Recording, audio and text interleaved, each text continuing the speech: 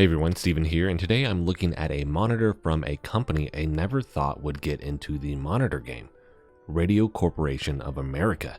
Yes, RCA is officially making gaming monitors, and I've been fortunate enough to get my hands on one, and I gotta say, this thing has blown me away. Now, this isn't my official review, that'll be in a couple months. This is just an unboxing and first impressions video, but honestly, I'm not quite sure what I was expecting when I received this. I kind of figured it would be a middle of the road monitor, but they've delivered an amazing product here. But before I get too far ahead of myself, let's get into the specs while the footage of me unboxing this is rolling. This is the M27PG134F, which is a 27-inch 1440p IPS panel monitor with a 240Hz refresh rate and a 1 millisecond gray-to-gray response time. This covers 95% of the DCI P3 color gamut with a typical brightness of 250 nits and a peak brightness of 350 nits. This has a contrast ratio of 1000:1 like most other IPS panels and is HDR10 capable, but keep in mind the port bandwidth limitations here. So the max hertz this can get with HDR10 is 200 Hz with 10-bit color. For ports you have two HDMI 2.0, one DP 1.4, one USB Type-C with 90-watt power delivery, a headphone jack, two USB 3.2 ports, with this being the extra USB expansion that you can do that doubles as a KVM switch. This has two 2-watt speakers that I'll do a quick test for in a minute, and for physical adjustments, this has a height adjustment of 90 millimeters. This can swivel to the left and to the right 30 degrees. Tilt is 5 degrees forwards and 10 degrees back, and this can pivot 90 degrees either direction. This has a 100mm by 100mm VESA pattern also if you'd like to mount this to a monitor arm.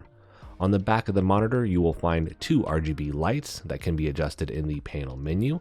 The menu button itself is just one single button towards the bottom right-hand corner, which I do appreciate over multiple buttons.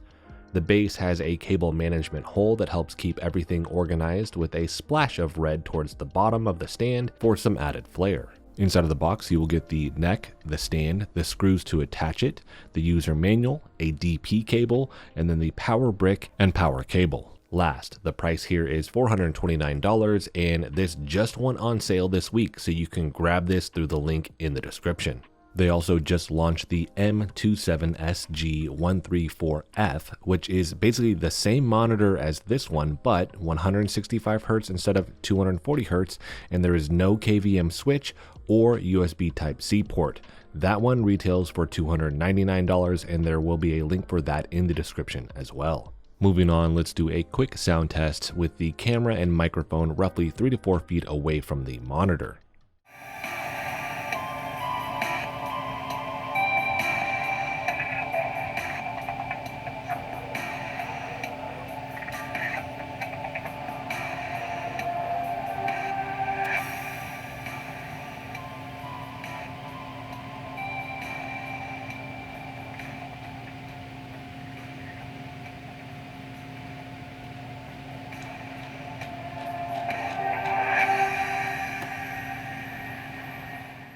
So decent speakers here, just keep in mind that they are 2 watts. So if it's just you, that's fine, maybe another person, but if you're trying to like fill the room with sound, or maybe you're doing a party or something like that, these just aren't gonna cut it. It really is more for 1 or 2 people sitting in front of the monitor.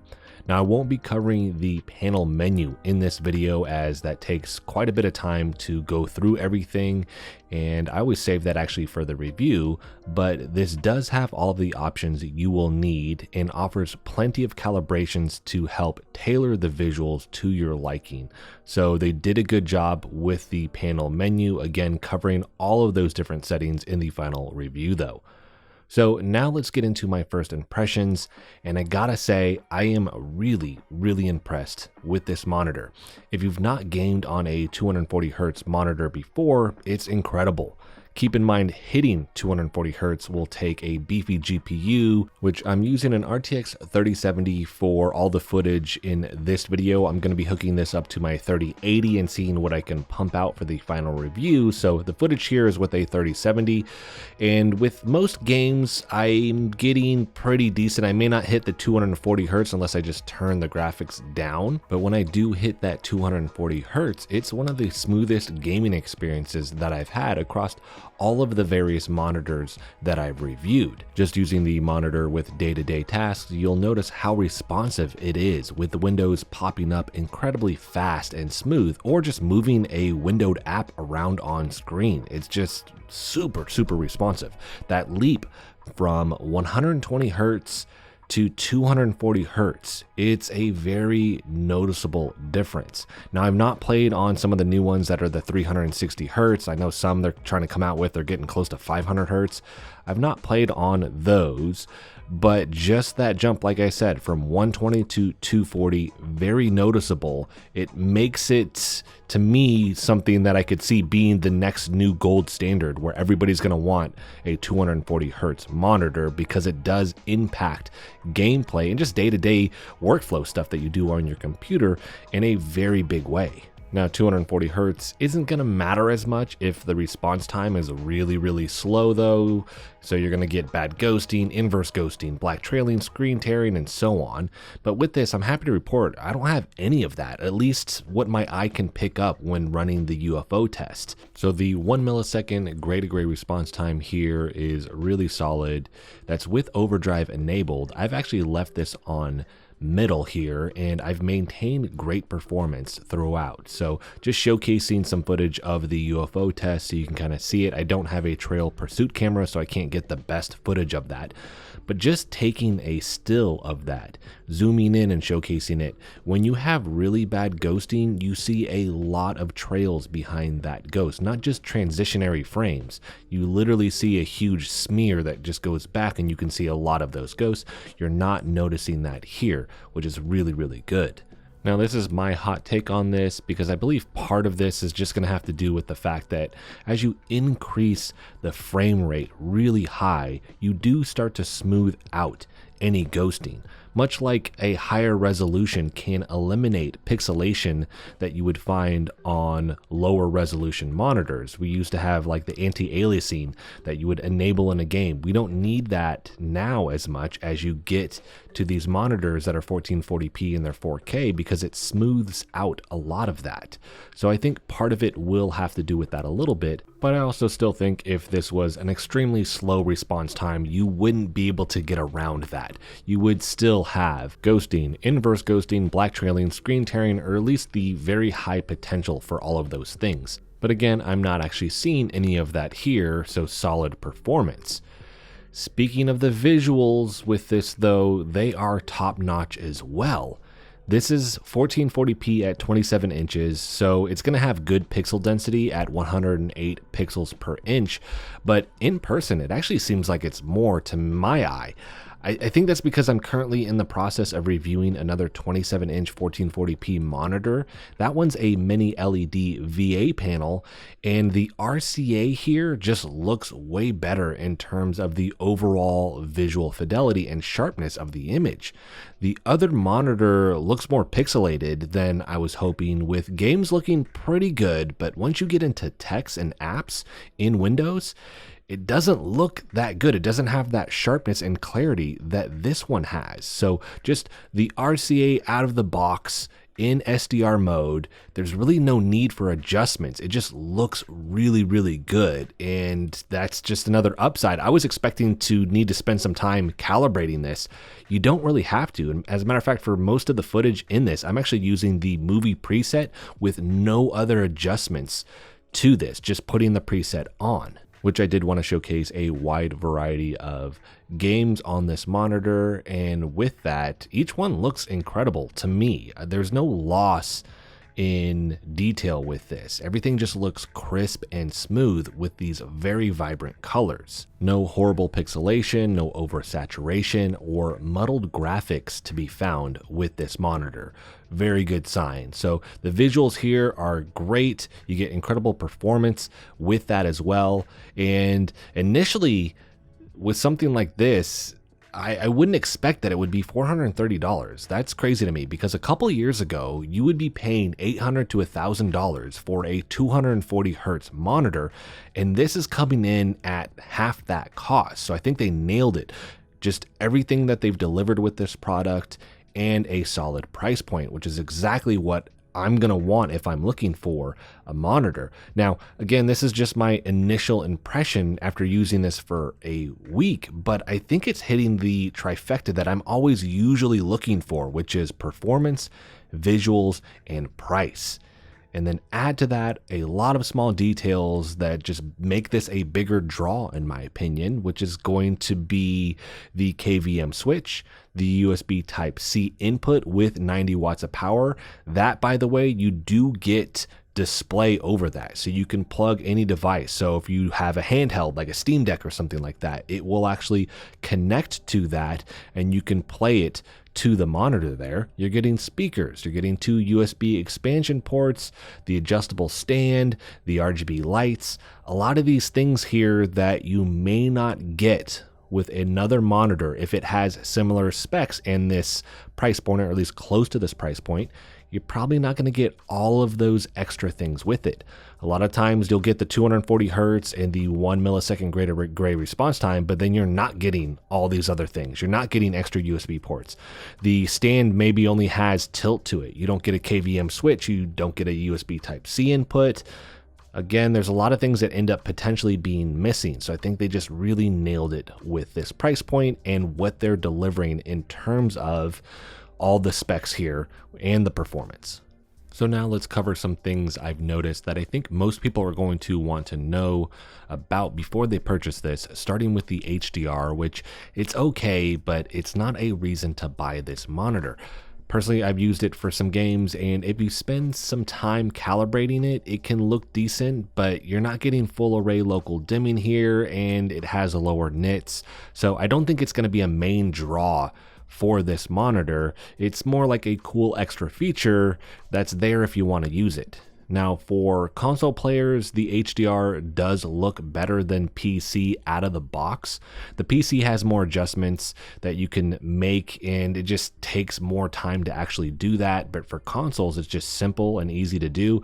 So utilizing this with the PlayStation 5, I think it actually looks better than PC, again, just out of the box, and you don't need to worry about as many adjustments. It's just more like plug and play. So if you're more of a console gamer with this, I think it'll be fine. But if you're gonna do PC and you're like, hey, I need a really top-notch HDR experience, this may not be the right monitor for you. Speaking of consoles though, this doesn't have HDMI 2.1, it just has 2.0. So with that, certain features aren't going to be there because of the bandwidth limitation. So if you're trying to hit 120 hertz with HDR, probably not going to be something that you can hit at 4K. Now, if you're looking at 1440p, depending on the console, the difference between Xbox and PlayStation 5 here, you may be able to get away with 1440p HDR 120 hertz. Now, the Xbox gives me more trouble than the PlayStation 5 sometimes in regards to what it can do and hit when it comes to these HDMI ports, because sometimes I'll have HDMI 2.0, but it's limiting what it will do, and then I'll bring it over to another monitor that has the same thing and it will be fine. So it may have to do with the version of that 2.0 port, because a lot of times when you'll go through it, it'll be like, oh, it's 2.0A, 2.0B, and that may have an effect on it. But with this on the PlayStation, it's been 120 hertz HDR on 1440p. Xbox, I'm saving that for the final review. It should be fine in terms of hitting 120 hertz with HDR at 1440p. But again, sometimes it's finicky. I won't know that till I have time to thoroughly test it for that final review. But I do wish this had the HDMI 2.1. that's more geared towards 4K, and a lot of times those will upscale on a 1440p monitor. But I also get, if you're trying to reduce cost and you don't know that everybody's going to use it, most people, they're going to be fine with the 1440p and they don't want to upscale anyways. It's going to suit your needs. So it would have been a nice to have. I don't think it's a must with this, but I would want people to be aware of that. IPS glow is here like it would be with any other IPS monitor. It's pretty minimal, and I actually had to tilt my head and kind of move around to find the right angle to see it. It's not something that really pulls me out of a gaming experience or distracts me. But once I do see it, you'll notice it's there. So just be mindful of the fact that an IPS panel typically has a glow.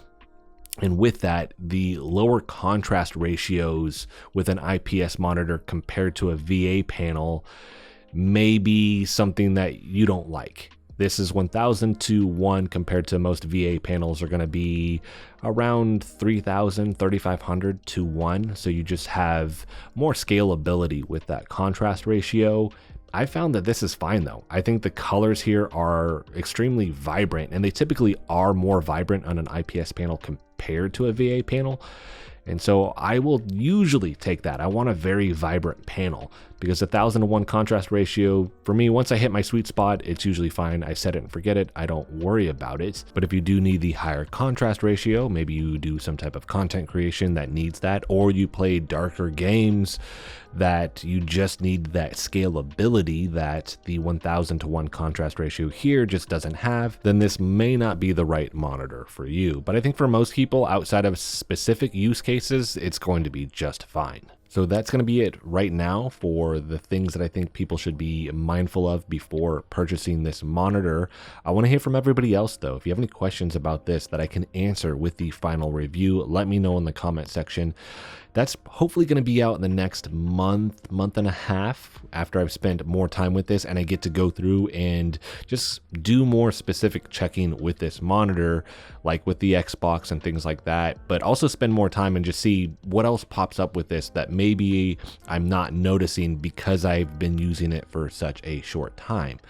That's typically not the case. Usually these first impressions, when they're this good, the review is going to follow suit. So I am confident enough in this first impression to say, if you really like this monitor, if it's just something that you're like, hey, this looks really good in terms of the specs and the performance, I say go for it. It's so far, again, it's just been about a week. It's been solid this whole time, and you're dealing with RCA as well. So this is a reputable company. It's been around since 1919. This isn't just some company that popped up.